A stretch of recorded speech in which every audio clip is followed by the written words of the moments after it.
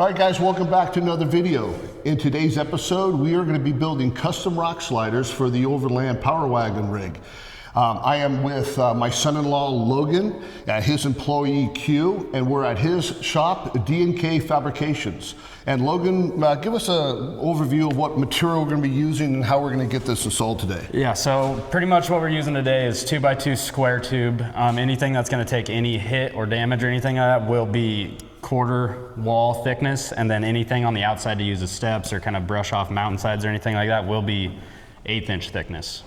And we're going to bolt or weld this to the frame. So we'll be ended up welding on the rock sliders to the frame. So we'll do bevels all the way around anything that's going to connect to the frame, and then do a full pin weld around it. All right, sounds good. Okay, guys, without any further ado, let's go ahead and get started on this build. Go explore Overland, 'cause the trails they are calling. I think I'm gonna I can go 9 feet, which is right at the end of your wheel right here. Or I can go like 107 inches. That way you're not like all the way up. Yeah. I'm gonna angle it down here too. Right. So it'll be like that. Okay. Oh, I got you. Yeah, so this will be probably go 107 inches. We're gonna go 107 inches. Long to long. 107 flat? And then we'll pick our distance. I'll measure the supports coming off your frame from where you want it there, so we get it straight height. Right there is about 30 degrees. So if you go down, I should see it. So that will be your brake. So that is this angle here. Okay.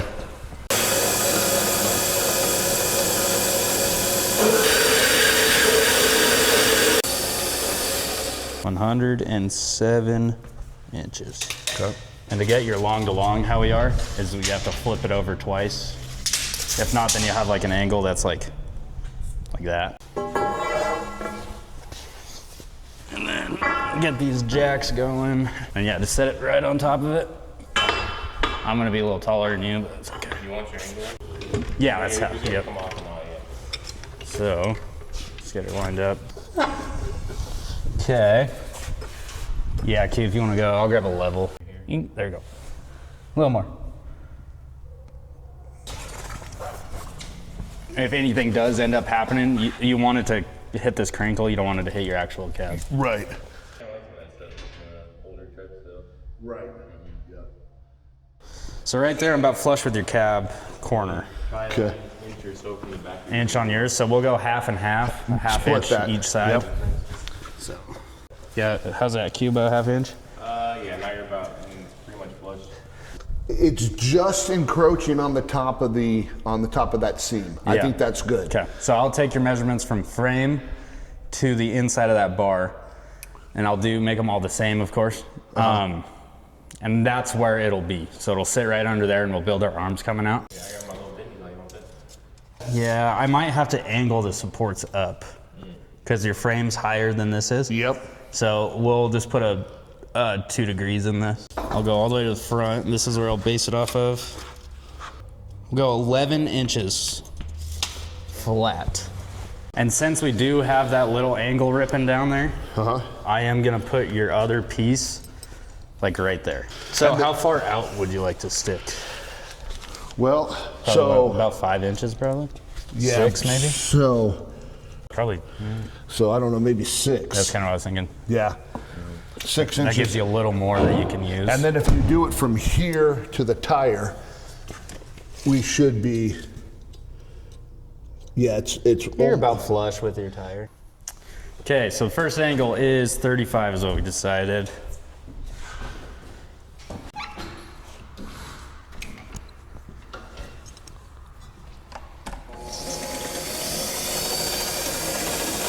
So this is the thickness of your outside piece. Oh, I see. And So it's a lot thicker than like that. yeah, and that is thinner than that piece. Way thinner, yeah. Well, half the Yeah. size. But if you look at like the drop, quarter wall looks huge on the inside. Yeah.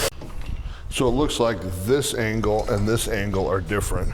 Yeah, so this is a half of this. Uh-huh. So I can kind of show you right now. So when this comes together, There you go. it makes the, Oh yeah, that's yeah. really good. and then we'll bevel all this, and then I can grind down the weld, make it look all clean, or just leave it. It's gonna look good either way. It's gonna look fine. And then if you leave the weld, I'd probably leave it just because it gives you more structural Sure. integrity than grinding all your shit off there. Yeah, I'd leave it. It's good enough for North Idaho.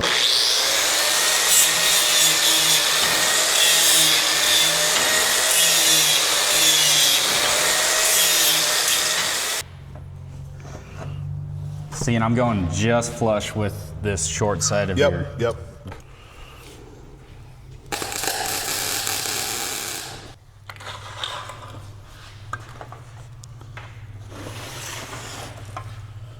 .9. I'll make it exactly same, 55.1. It'll give us a little gap there, but it'll fill. Eyeballs.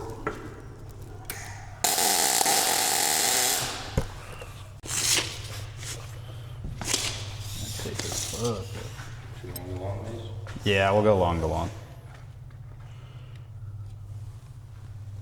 97 flat, so just over 8 feet. Now we can check this. Boom, perfect. That's 4 inches. So far off. I'm gonna cut just a little shim in there.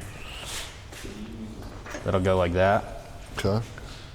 Then I'll grind it, or weld it, grind it so it doesn't even look like it's there. Okay.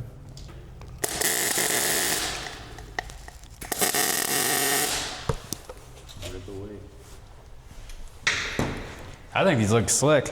Big fat arms. I was like, dude. Yeah, his are weird. I don't know if I'd like those. Now that the tack welds were completed and we checked the rock sliders for proper fitment, it was time for the guys to put on the finished welds.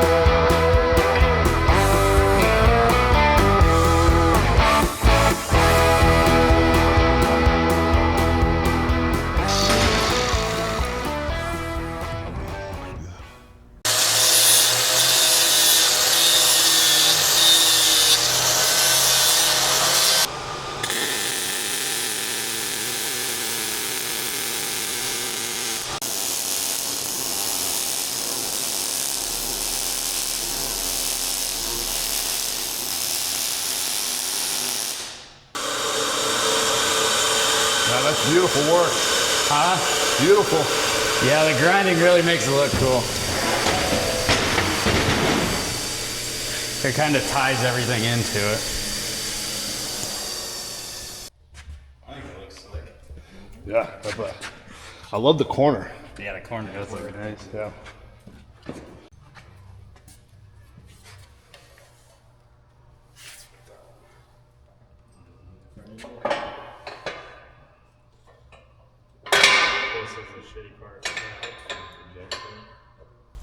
How does your top on the very end look? Are you about flush? You know, if you will look, maybe if I come over half an inch or so. Okay. Man, that looks awesome. It turned out really good. You think that's enough step? It's going to have to be. Yeah. Right? Because if anything, we can Oh always. yeah, that's good. Okay. Yeah, you're about flush with your tires too, so that's good. So the goal is to get it like right in the center of the frame. Right. So that's 66 degrees. Go out.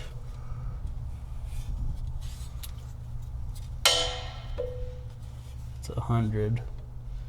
It's only 10 degrees. Yeah, so what I'm gonna do is I'm gonna cut an 11-inch piece at 10 degrees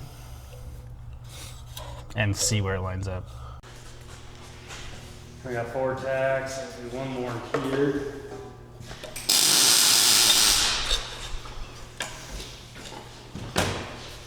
Yeah, even that's such a sharp angle, I think we'll just go. You want closer than that. Yeah, so we'll end up just going probably from this line over. Then I guess it. Okay. Then the fluid gave me a little thrust. And then do you put a gusset here when it goes to the frame? They have. Yeah, I'll probably put it underneath on the Okay. ones I can. This one will probably go over the top, Okay. just because your frame loops up. Sure. We can fit this up to the frame now, make sure everything's good, and then I'll weld it out, weld this part out, Okay. and then you can wipe her down, paint it, and then we can get started on the next one even. Dip this under like that, yeah, and then squeeze it in there. Somehow. The only thing I'd recommend is not grabbing the bars that I just tacked on. Okay, so this is where I'll get underneath it and line it up, because right now I think we're hitting. But everywhere else is touching beautiful. But we're hitting everywhere, so we're good. I think.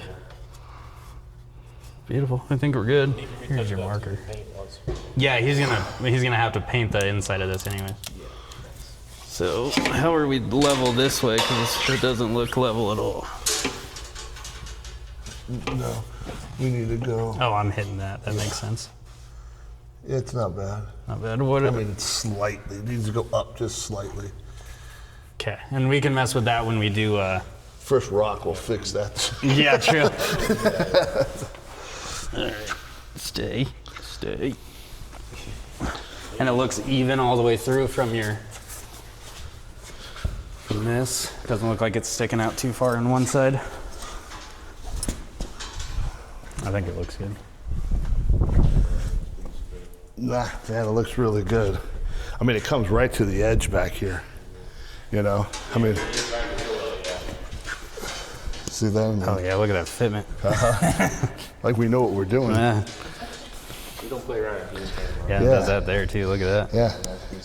With the driver's side rock slider complete, it was now time to degrease it using some lacquer thinner, letting it dry, and then giving it a couple of coats of Rust-Oleum truck bed coating. As the rock slider dried, the guys made quick work on building the passenger side.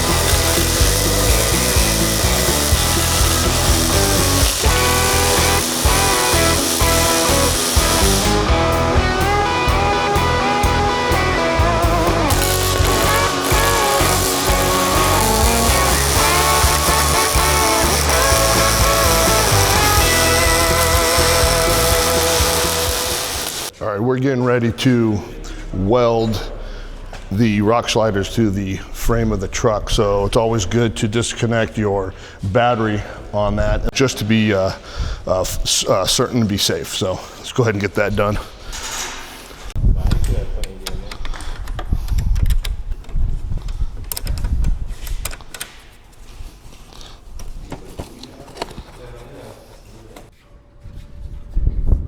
Well, the paint has finally dried, and we now get to see how the finished product will look on the truck.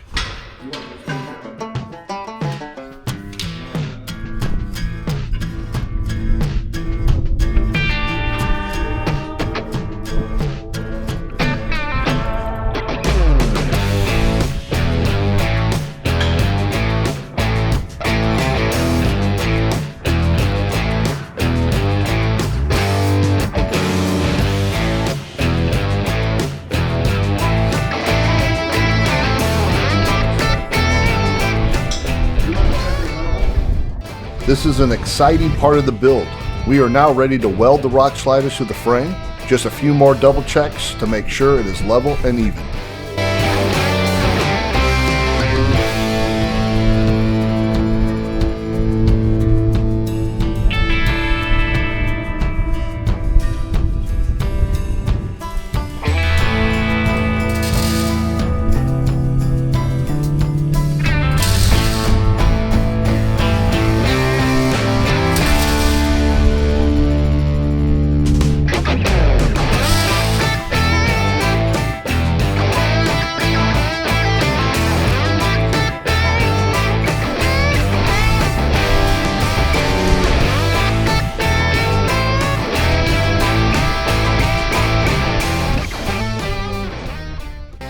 This build has been a long time coming, and I'm very thrilled to see it finally in place.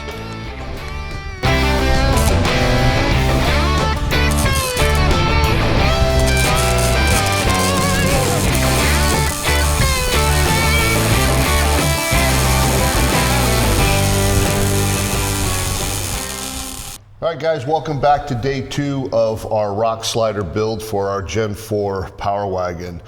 Q unfortunately is not able to join us today. We do appreciate his help that he gave us yesterday. But today we have the passenger side to do. So the driver's side has already been done.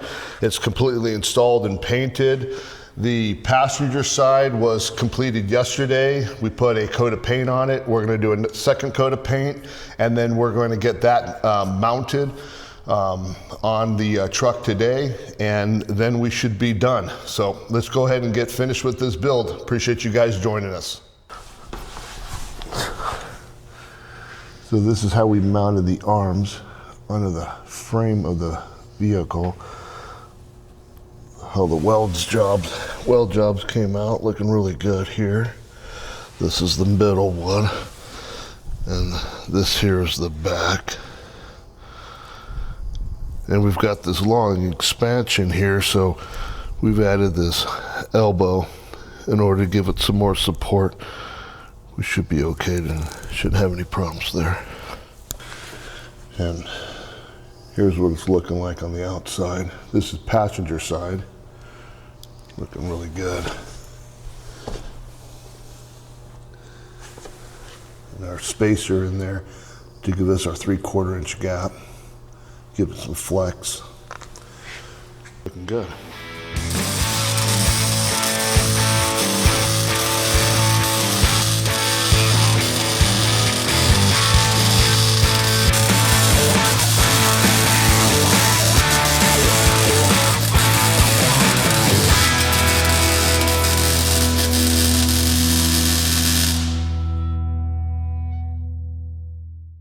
All right, guys, here they are. I am so pleased on how they turned out.